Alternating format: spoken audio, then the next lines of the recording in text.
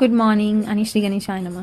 आज अंगारिका आहे, आज मंगळवार आहे, माझा उपवास आहे. मी तर उठले लवकर आणि थोडे केस बीस नीट केले. तर केस तर आपले हे नेहमी प्रमाणे क्लिपमध्ये वरती जाणार आहेत, कारण की करायचं काय, स्वयंपाक जेवण बनवायचं आहे, मुलांना टिफिन बनवायचं आहे आणि टिफिन द्यायचं आहे. भाजी चपाती करायची आहे. आज एक रिस्क घेतली आहे, मुळ्याची भाजी करायची आहे. आता माहीत नाही मुळा म्हणजे खात नाही तो, पण मी देणार आहे त्याला टिफिनला, तर मुळा देणारच आहे नक्की, कारण की मुळ्याची भाजी ही चांगली असते. हा सीझन आहे आणि छान फ्रेश भाजी मिळते, तर मी तर आणली आहे. मला बघितलं की कंट्रोल नाही झालं, ते बाजारामध्ये गेलं ती भाजी मी घेतली आणि म्हटलं आज देऊया त्याला.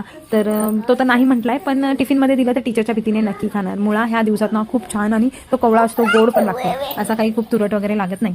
तर मग मी केली इथे चपातीचं पीठ मळून घेतलं आणि मुळाची भाजी साफ वगैरे करून ठेवली आणि चपात्या करून घेतल्या, भाजी पण करून घेतली. कारण की झोपलेलेच होते मुलं अजून, पण ते उठले की खूप गडबड होते. त्यांच्या आंघोळी असतात, त्यांना तयार करणं असतं, सगळं असतं आणि ते झोपेतच असतात. आपण त्यांना आंघोळ घातली तरी आमचे बाळ तर झोपतच असतात, कारण की जायचं नसतं. एकाने त्याला आता पाठवलं शाळेत रेडी करून. बघा किचनमध्ये असा पसार पडलाय, पण बेबोला म्हटलं पहिलं खायला देते, कारण की तिने त्याच्या गडबडीमध्ये काही खाल्लं नव्हतं. त्याला सोडून आले, त्याच्या बस आली होती खाली आणि बेबो इथे बसली आहे खात. ते तिला ना खायला घालायची गरज नाही, तिला फक्त द्यायचं व्यवस्थित रोल वगैरे करून आणि टीव्ही लावून द्यायचा. मेन तर टीव्ही लावून दिला की ती तिचं बरोबर बघते आणि खाते. आणि मी इथे वाटाणे होते 2-3 दिवस झाले आणले, पण साफ केले नव्हते, ते साफ करत बसले. अशी कामं ना माझ्याकडून होत नाहीत, म्हणून मला ना खरंच आणायचं पण कंटाळा येतो. मी असे खूप क्वांटिटीमध्ये आणत पण नाही आणि मग हे साफ करत बसावं लागतं. आणि मग अशा वेळेत आता मी घेतले ते साफ करायला. बेबोसोबत थोडी मस्ती केली, बसले.